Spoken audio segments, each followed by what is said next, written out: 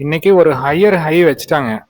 ஆனா க்ளோசிங் வந்து ப்ரீவியஸ் டேவோட ஹையை விட கீழே தான் க்ளோஸ் பண்ணியிருக்காங்க. நாளைக்கு என்ன ட்ரெண்ட் டீட்டெயில்ஸ் பார்த்தலாம் வாங்க. இங்கே கொடுக்கக்கூடிய தகவல் எல்லாமே எஜுகேஷனல் பர்பஸ்க்கு தாங்க. டிஸ்க்ளைமர் ரீட் பண்ணிக்கோங்க. வணக்கம் எம்ப்ரஸ். இன்னைக்கு பார்த்தீங்கன்னா ஓப்பன் ஆகி ஒரு 3வது கேண்டிலே ஒரு அப் ட்ரெண்ட் ஸ்டார்ட். அது பார்த்தீங்கன்னா நல்ல ஒரு அப் ட்ரெண்ட் நிற்காம நான் ஸ்டாப்பாக ஒரு 24,261 வரைக்கும் போய் அப்புறம் ஒரு கன்சல்டேஷன் போட்டு ஒரு 330 வரைக்கும் போயாச்சு. 337 நம்ம சொல்லியிருந்தோம். அந்த 337 வரைக்கும் போயாச்சு. போயிட்டு ஆனால் இங்கே சஸ்டைன் பண்ண முடியாமல் அந்த 261 கட் பண்ணி நேற்றத்தை ஹையையும் கட் பண்ணி அதுக்கு கீழே தான் க்ளோஸ் வச்சுருக்காங்க. அப்படிங்கும்போது இதை வந்து நம்ம ஒரு ஹையர் ஹை ஃபார்மேஷனாக எடுத்துக்கலாமா அப்படின்னு கேட்டிங்கன்னா டெக்ஸ்ட் புக் படி நம்ம எடுத்துக்க முடியாது. ஏன்னா இந்த ஸ்விங் லோ வந்து இந்த ஹைக்கு மேலே தான் இருக்கணும். அப்படிங்கும்போது நம்ம டெக்ஸ்ட் புக் படி ஒரு 5 மினிட்ஸில் higher high lower low formation இல்லை ஹையர் ஹை ஃபார்மேஷன் நம்ம போகுது அப்படிங்கிற மாதிரி எடுத்துக்க முடியும். அப்போது ப்ரீவியஸ் டேவோட ஹையை விட கீழே க்ளோஸ் பண்ணியிருக்கங்காட்டி ஸ்டில் ட்ரெண்டு வந்து கன்ஃபார்ம் ஆகலை. இப்போ மேலே போகிறது ட்ராப் பண்ணிட்டு அதுக்கப்புறம் செல் ஆஃப் பண்ணுறாங்களா இல்லை செல் ஆன் ரைஸா அப்படிங்கிற மாதிரி மார்க்கெட் போயிட்டு இருக்குங்க. இல்லை யாரும் வந்து ஒரு பொசிஷன்ஸை ஹோல்டு பண்ணுறது இல்லை. வார் சுச்சுவேஷன்னால டெய்லி வர நியூஸ்னால அடுத்த நாள் வந்து கேப் டவுன் ஆகுமா அப்படிங்கிற மாதிரி ஒரு சுச்சுவேஷன் இருக்கங்காட்டி யாருமே வந்து அவங்களோட பொசிஷன்ஸை லாங் பொசிஷன்ஸை ஹோல்டு பண்ணுறது இல்லை. இன்ட்ராடே பொசிஷன்ஸ் தான் மெயினாக ப்ளே பண்ணுறாங்க. அப்படிங்கும்போது மார்க்கெட் வந்து அதுக்கு தகுந்த மாதிரி தான் ரெஸ்பாண்ட் பண்ணுதுங்க. ஸோ ஸ்டில் வந்து பார்த்தீங்கன்னா ஒரு 24,170 அப்படிங்கிற ரேஞ்ச் சொல்லியிருந்தோம். அந்த ஏரியாவில் வந்து இப்போ க்ளோசிங் கொடுத்துருக்காங்க. நாளைக்கு கீ லெவல் அப்படின்னு பார்த்தீங்கன்னா இதுதான்.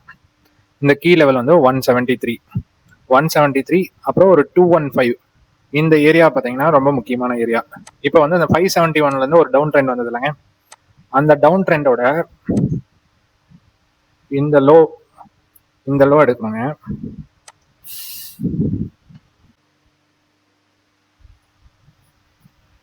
இந்த லோலேருந்து இந்த ஹை வரைக்கும் ஒரு ஃபிப் போட்டிங்கன்னா அதில் 0.5 அப்படிங்கிற ஏரியா பார்த்தீங்கன்னா ஒரு 24,207 அந்த ஏரியா வந்து இருக்குது. இன்னைக்கு பார்த்தீங்கன்னா உங்களுக்கு ப்ரைஸ் அந்த இடத்துல ரியாக்ஷன் கொடுத்துருக்காம பாருங்க. எக்ஸாக்டாக அதுக்கு மேலே இந்த இடத்துக்கு வந்து ஒரு ரீட்ரேஸ்மெண்ட் மாதிரி கொடுத்துருக்காங்க. அதை சஸ்டெயின் பண்ண முடியாமல் கட் பண்ணி கீழே வந்துருக்கு. ஸோ நம்மளுக்கு 50% லெவல் இந்த டவுன் ட்ரெண்டோட 50% புல் பேக் வந்து நம்மளுக்கு இன்னைக்கு அச்சீவ் ஆயிடுச்சு. 50%க்கு மேலேயே நம்மளுக்கு ஒரு புல் பேக் அச்சீவ் ஆயிடுச்சு. இப்போ நாளைக்கு வந்து இந்த 24,170 24,210 இந்த ஏரியாக்குள்ள ட்ரேட் ஆகும்போது ஒரு இன்டெசிஷன் ஜோன் அப்படிங்கிற மாதிரி நம்ம சொல்லுவோம். ஸோ அந்த 210க்கு மேலே ட்ரேட் ஆச்சுன்னா ஒரு அப் ட்ரெண்ட் பார்த்தீங்கன்னா ஒரு 24,450 வரைக்குமே போறதுக்கு நிறைய சான்சஸ் இருக்கு. ஓகேங்களா? ஸோ அதே டவுன் ட்ரெண்டாக இருந்ததுன்னா உங்களுக்கு 0.618 லெவல் ஃபர்ஸ்ட் டார்கெட். அது வந்து 24,115. அதுக்கு அடுத்தது பார்த்தீங்கன்னா 23,980. ஸோ இந்த ஏரியா வரைக்கும் கீழே வரக்கு நிறைய சான்சஸ் இருக்குது. இப்போ ஃபிப்போட இந்த ட்ரெண்டோட ஃபிப்பில் பார்த்தீங்கன்னா இந்த கீ லெவல்ஸ் பாருங்க. அந்த ஃபிப்போட லெவல்ஸ் எப்படி ஒர்க் ஆயிருக்குன்னு இந்த 0.786 அப்படிங்கிற ஏரியால தான் நேற்று ரிவர்ஸ் ஆயிருக்கு. நேற்று ரிவர்ஸ் ஆகி இது வரைக்கும் போயிருக்காங்க. போயிட்டு இன்னைக்கு 50% கட் பண்ணி கீழே வந்திருக்காங்க. கீழே வந்திருக்கும் போது அடுத்தடுத்த ஃபிப் லெவல் டார்கெட்ஸ்க்கு வரக்கு சான்சஸ் இருக்கு. ஓகேங்களா? கீழ் சைடில். ஓகேங்களா? ஸோ இந்த லெவல்ஸை வந்து நம்ம பேஸ் பண்ணி நம்ம ட்ரேட் எடுக்கணும். ஆல்ரெடி நான் சொன்ன மாதிரி 170 210 வந்து ஒரு டிசைடிங் ஏரியா. அந்த டிசைடிங் ஏரியாவுக்கு மேலே பிரேக் அவுட் பண்ணும்போது ஒரு என்ட்ரி கொடுக்கலாம், இல்லை கீழே பிரேக் அவுட் பண்ணும்போது ஒரு என்ட்ரி கொடுக்கலாம். அது டார்கெட் லெவல்ஸ் நம்ம இப்போ ஆல்ரெடி பார்த்துட்டோம். ஸோ இந்த டார்கெட்ஸ் லெவல் பேஸ் பண்ணி நம்ம ஒரு என்ட்ரி கொடுத்து ட்ரேட் எடுக்க ட்ரை பண்ணலாங்க. அதே பேங்க் நிஃப்டி பார்த்தீங்கன்னு வைங்களேன், ஏற்றினாங்க இறக்கிட்டாங்க. எங்கிருந்து ஏற்றினாங்களோ அங்கேயே இறக்கியிருக்காங்க. அப்படிங்கும்போது இந்த சப்போர்ட்ல இருக்க பையர் ஸ்ட்ராங்கான பையர்ஸ் இருந்தாலுமே இங்கே செல்லர்ஸ் அதை விட ஸ்ட்ராங்காக இருக்காங்க. ஸோ திருப்பியும் செல்லிங் வந்திருக்காங்க. அப்போ நியூ பையர் என்ட்ரி வேணும் அப்படிங்கிற மாதிரி மார்க்கெட் தெரியுது. ஒரு மேனிபுலேஷன் இல்லைன்னா கட்டாயமா இந்த கேப் ஏரியாவுக்கு வந்து ஒரு 50% ஒரு பையரை நியூ பையரை பிடிச்சிட்டு அதுக்கப்புறம் ஒரு அப் ட்ரெண்ட் போச்சுன்னா ஒரு நல்ல அப் ட்ரெண்டா இருக்கும். இல்லை நம்மளுக்கு வந்து அப் சைடு ஒரு மேனிபுலேஷன் மார்க்கெட் மாதிரி போகுது அப்படின்னா இப்போ வந்து லோயர் லோ ஃபார்மேஷன் மாதிரி போயிட்டு இருக்காங்களாங்க. இந்த லோயர் லோ ஃபார்மேஷனுக்கு இந்த லோ நேற்று லோ ஹைக்கு கீழே தான் இன்னத்தோட ஹை இருக்கு. ஓகேங்களா? அப்புறம் ஈக்குவல் லோஸ் வச்சிருக்காங்க. இம்பார்ட்டண்டா இதை பார்த்துக்கோங்க. ஈக்குவல் லோஸ் வச்சிருக்காங்க. அப்படிங்கும்போது இந்த ஈக்குவல் லோவை கட் பண்ணி கீழே போனால் மட்டும் நம்ம புட் சைடு யோசிக்கணும். அந்த ஈக்குவல் லோவை கட் பண்ணி கீழே போகலைன்னா நம்ம புட் சைடை யோசிக்க கூடாது.